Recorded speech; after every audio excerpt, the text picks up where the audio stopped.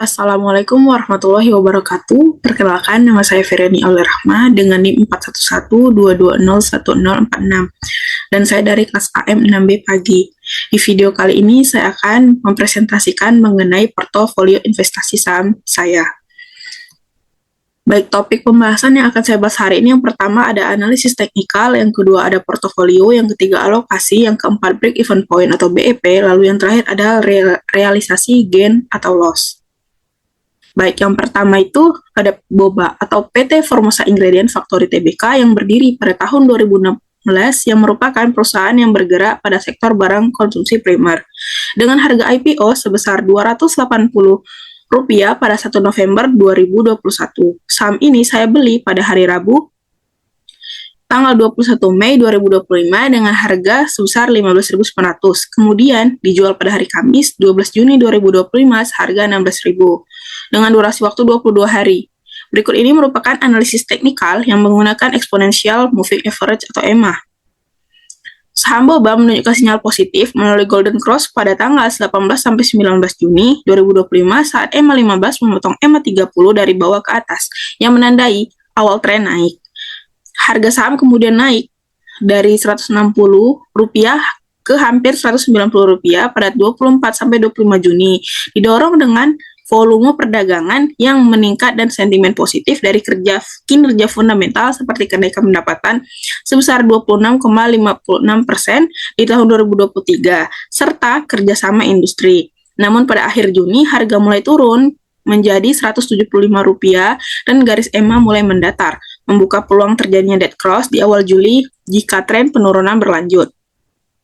Kemudian, yang kedua itu ada KONI Tbk atau PT Perdana Bangun Pusaka Tbk yang berdiri pada tahun 1987 yang merupakan perusahaan yang berada di industri dengan harga IPO sebesar Rp950 pada 22 Agustus 1995. Saham ini saya beli pada Jumat 23 Mei 2025 dengan harga Rp139.000, kemudian dijual pada Selasa 3 Juni 2025 seharga Rp141.500 dengan durasi 11 hari. Berikut ini merupakan analisis teknikal menggunakan EMA. Jadi saham KONI ini menunjukkan tren naik setelah munculnya golden cross sekitar tanggal 1 sampai 2 Mei diikuti dengan lonjakan harga hingga mendekati Rp1.600. Namun setelah periode konsolidasi muncul dead cross pada tanggal 21 sampai 22 Juni yang menandai perubahan arah tren menjadi bearish. Sejak itu harga terus melemah hingga 1.205 di akhir grafik, berada di bawah EMA 15 dan EMA 30 yang memperkuat sinyal penurunan. Lalu ada OMED Tbk atau PT Jaya Mas Medika Industri Tbk yang berdiri pada tahun 2000 yang merupakan perusahaan yang berada sektor kesehatan dengan harga IPO sebesar Rp204 pada 8 November tahun 2022. Saham ini saya beli pada Rabu 21 Mei 2025 dengan harga Rp17.700, kemudian dijual pada Jumat 13 Juni 2025 seharga Rp17.600 dengan durasi waktu 23 hari. Berikut ini merupakan analisis teknikal OMED menggunakan EMA. Jadi saham OMED ini menunjukkan tanda-tanda awal kenaikan saat terjadinya golden cross, yaitu pada tanggal 7 sampai 8 Mei 2025, yaitu saat garis EMA 15 memotong EMA 30 dari bawah. Setelah itu harga naik perlahan dari sekitar Rp160 hingga Rp175 sampai Rp176 di akhir Mei. Namun setelah mencapai puncak, harga mulai bergerak datar di kisaran Rp172 sampai Rp175 dan tidak menunjukkan arah yang jelas sampai akhir grafik. Belum ada dead cross karena posisi EMA 15 dan EMA 30 masih berdampingan di Rp174. Selanjutnya itu ada presentasi alokasi saham. Jadi saya itu mengeluarkan dana sebesar Rp172.600 dengan presentasi BOBA sebesar 9%, yaitu Rp15.900, KONI sebesar 81%, yaitu Rp139.000, dan OMED itu sebesar 10%, yaitu Rp17.700. Lalu ada break even point. Jadi saya tadi kan mengalokasikan dana sebesar Rp172.600 untuk membeli 3 lot saham dari emiten yang berbeda.